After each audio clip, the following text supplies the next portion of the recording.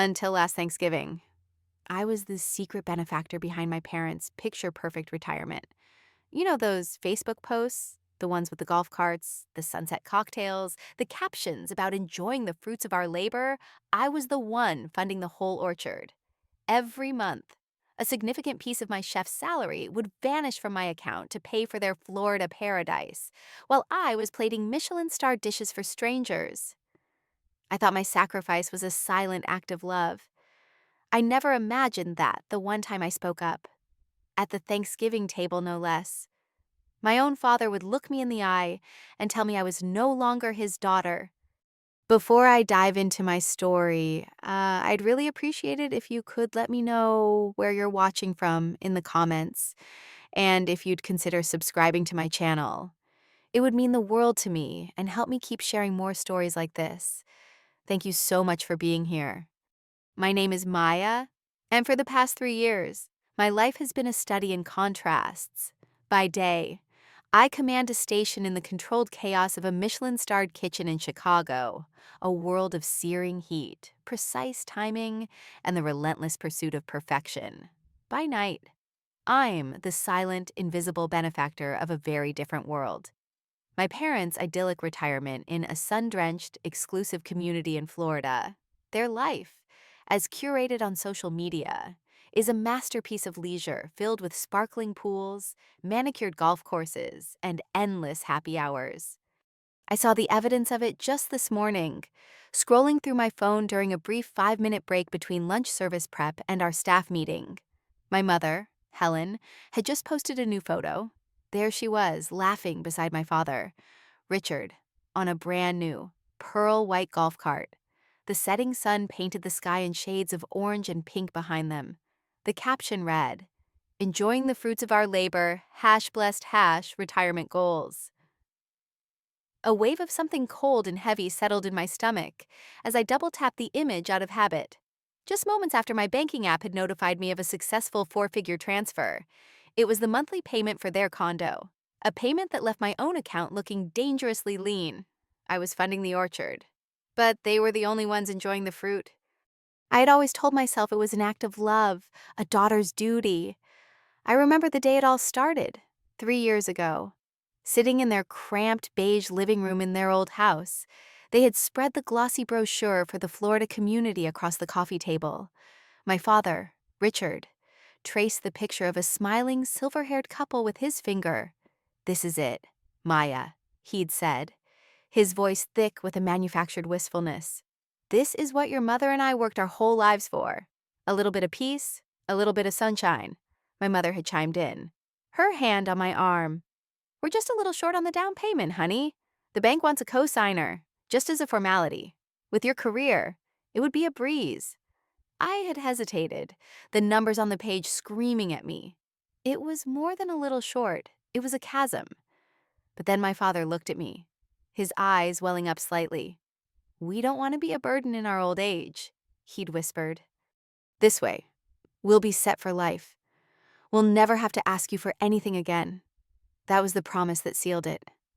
I signed the papers, convincing myself that this one grand gesture would be the foundation of their happiness and my freedom. It was the first and most expensive lie in a long series of them. The real turning point, the moment this quiet arrangement began to feel less like love and more like a transaction, came 2 weeks before Thanksgiving. I was on the phone with my mother, the sounds of my bustling Chicago neighborhood outside my small apartment window, a stark contrast to the gentle chirping of birds I could hear on her end. I had an idea, one that had been blooming in my mind for weeks. "Mom."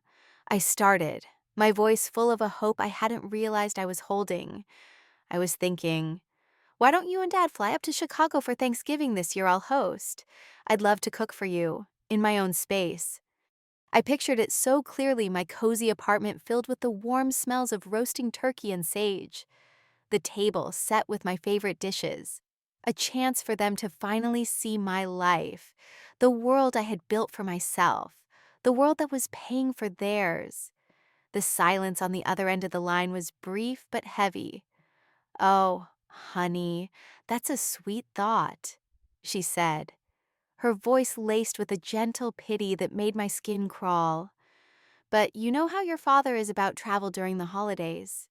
And besides, we were so looking forward to having everyone here. Your brother Alex and his family are coming. It's the perfect chance for you to show off your amazing skills to everyone."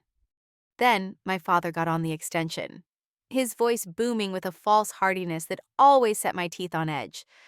"Maya, be reasonable. Your little apartment is lovely, I'm sure, but it's hardly a suitable backdrop for a family like ours. Is it? We have to put on a good show for Alex's in-laws." You understand. I did understand. I understood that my home, my life, my world was not good enough. I was not a daughter they wanted to visit. I was a feature they wanted to utilize, a private chef for their grand performance of family perfection. I swallowed the lump in my throat and agreed to fly down to Florida, the hope I had been nurturing shriveling into a familiar, bitter resignation. That evening, I met my friend Sarah, the head pastry chef at our restaurant, for a much-needed drink, as I recounted the phone call. She shook her head slowly, her expression a mixture of sympathy and exasperation. "Maya, when are you going to stop letting them do this to you?" she asked, swirling the ice in her glass. "A suitable backdrop. You're a Michelin-starred chef, not a set decorator for their imaginary TV show." I offered my usual weak defense. "They were my parents, Sarah. What am I supposed to do?" She leaned forward, her eyes serious. "You're supposed to protect yourself. They don't see you. They see a solution to their image problem. Just be careful. Don't let them eat you alive." Her words were a stark warning, a premonition that I pushed to the back of my mind. The days leading up to my flight were a blur of 16-hour shifts at the restaurant, followed by late nights planning a Thanksgiving menu worthy of my professional standards. I packed my best knives, a few specialty ingredients I couldn't trust to find in Florida, and a carefully chosen dress, a silent protest against the role of hired help I felt I was being forced to play. The flight itself was a brief respite, a few hours of anonymity suspended between my two worlds. But as the plane descended into the humid Florida air, the weight of expectation settled back onto my shoulders. My parents' condo was exactly as it appeared on Facebook, immaculate, impersonal, and decorated in shades of beige. The kitchen was a testament to form over function, with gleaming marble countertops that had likely never seen a drop of spilled wine, and a high-end stove that was pristine from disuse. They greeted me with air kisses and immediately began directing me. "Maya, your room is the second on the left. You can put your things away and then get started on the brine for the turkey. The grocery delivery should be here any minute."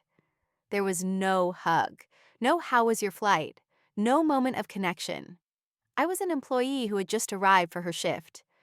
The next morning, my mother announced we needed to go to a specialty grocery store for a few things she'd forgotten. The trip was a masterclass in their casual disregard.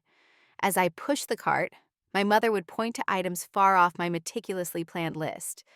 "Oh, let's get that imported cheese. Richard loves it. They have the champagne Alex's wife likes. Grab 2 bottles." Each item was a small, expensive addition, tossed into the cart without a thought. At the checkout, the total was astronomical. My mother looked at the number, then turned to me with a bright, expectant smile. "You've got this, right, sweetie?" she'd asked, already digging in her purse for her car keys. I paid, the swipe of my card feeling like another small piece of myself being given away. For the next 2 days, I worked tirelessly, transforming their show kitchen into a functional workspace. I scrubbed, chopped, and prepped, my body moving with the familiar, disciplined rhythm of my profession. My parents would drift in and out, offering unhelpful comments. "Are you sure that's enough time, dear?" before retreating to the patio with their drinks. They treated me with a sort of detached politeness, the kind one reserves for a competent but distant service provider. My brother Alex called once. He didn't ask how the prep was going. He asked if I could spot him a few $100s for a can't-miss investment opportunity. I mumbled an excuse and hung up, the irony burning in my throat. The morning of Thanksgiving, my brother Alex arrived with his wife, Jessica and her parents. The front door opened, and suddenly the quiet condo was filled with loud, effusive greetings. My father clapped Alex on the back. My mother cooed over her daughter-in-law. They were royalty, and my parents were the fawning court. They had arrived empty-handed, yet they were welcomed as if they had brought the entire feast themselves. I, covered in flour and sweat, received a quick, "Hey, sis, smells good in here," from my brother before he was swept away into the living room. A few minutes later, while I was wrestling with the turkey, Jessica, my sister-in-law, appeared in the kitchen doorway. "Wow, Maya," she said, her eyes wide with genuine admiration. "This is incredible. You're like a culinary superhero. Can I do anything to help seriously? Put me to work." Her kindness was so unexpected it almost brought tears to my eyes. I gave her a small task, and for a blissful 20 minutes, we worked side by side, a brief, shining moment of camaraderie in a house that felt alien. The moment that would replay in my mind for weeks to come happened an hour before dinner.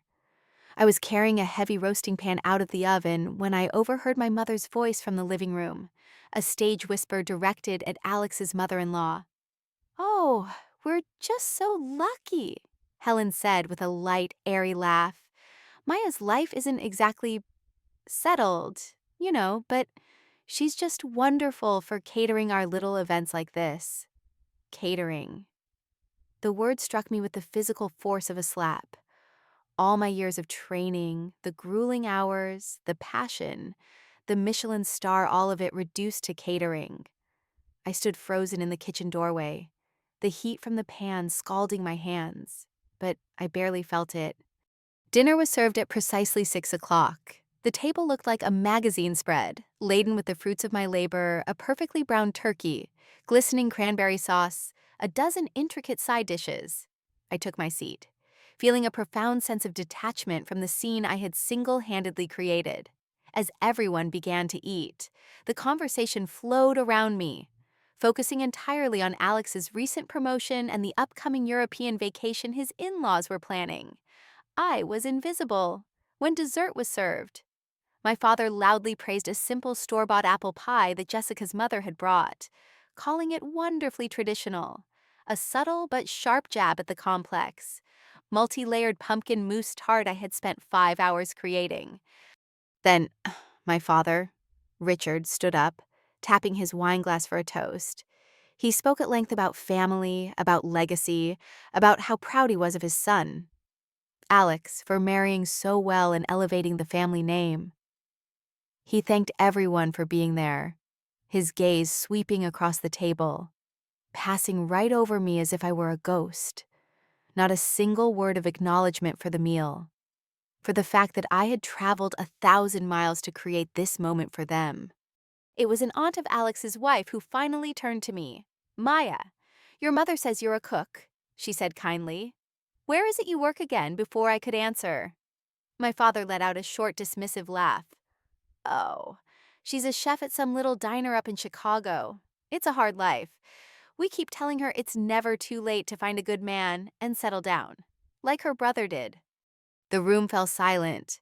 The condescension in his voice, the casual dismissal of my entire life's work in front of strangers, was the final straw. I carefully placed my fork and knife on my plate. My voice, when I spoke, was quiet but steady, cutting through the silence like one of my own sharpened knives. "The little diner I work at has a Michelin star dad," I said, looking directly at him. "And the hard life I live is what paid the down payment on this condo." The color drained from my father's face, then returned in a furious, blotchy red. He slammed his hand on the table, making the glasses jump. "I have had enough of your ingratitude and your jealousy," he roared, his voice shaking with rage. "If you think throwing your money in our faces gives you a place at this table, you are mistaken. Get out of my house. We don't need you or your money." The room was utterly still. My mother just stared at her plate. Alex wouldn't meet my eyes. My father stood there, breathing heavily, his face a mask of fury. "Before you, we were fine, and without you, we will be fine. You are no longer my daughter." His words hung in the air, severing the last frayed thread that connected me to them. I didn't cry. I didn't argue. A strange, cold calm washed over me. I stood up, placed my napkin beside my plate, and walked out of the room. As I left, I could almost feel the scene behind me, the stunned silence. My mother starting to cry for the benefit of the guests, my father pouring himself another drink. The performance of a perfect family finally shattered. I retrieved my coat and my purse, walked out the front door into the warm Florida night, and didn't look back. I managed to get a seat on the last flight back to Chicago that night. As the plane climbed into the darkness, I looked out the window at the receding lights, feeling nothing but a vast, hollow emptiness. The anger and the hurt were there, buried deep, but on the surface, there was only a chilling clarity. He had disowned me.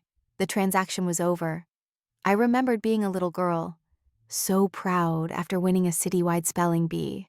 I ran home with my blue ribbon, only to find my parents engrossed in one of Alex's soccer games. My victory was met with a distracted, "That's nice, dear." The pattern had been set long ago. I had just been too desperate for their approval to see it. The next morning, I woke up in my own bed, in my own quiet apartment. The silence was a balm. There were no expectations, no performances, no need to be anyone but myself. My phone was a minefield of missed calls and frantic texts from my mother and brother. I ignored them all. Instead, I sat at my small kitchen table with a cup of coffee and my laptop. I wasn't going to cancel their credit cards or shut off their utilities. That felt petty, emotional. My response needed to be as precise and professional as the work I did every day. I drafted a formal letter to the management company of their luxury community. It was concise, professional, and notarized. In it, I officially and with immediate effect withdrew my status as the financial guarantor for the lease on their property. Citing that my financial circumstances had changed, I printed it, signed it, and sent it via certified mail. It was a clean, legal severing. They wanted to be fine without me. Now they would have the chance to prove it. A week later, after the certified letter had been delivered, a single voicemail got through before I blocked their numbers for good. It was my mother. Her voice was no longer airy and light, but thin and screeching with panic. "Maya, what have you done? The community board called us. They're talking about eviction. Your father? Your father is a mess. How could you be so cruel? After everything we've done for you, I listened to the entire message, my expression unchanging. Then I deleted it. With the letter sent and their numbers blocked, a profound sense of peace settled over me.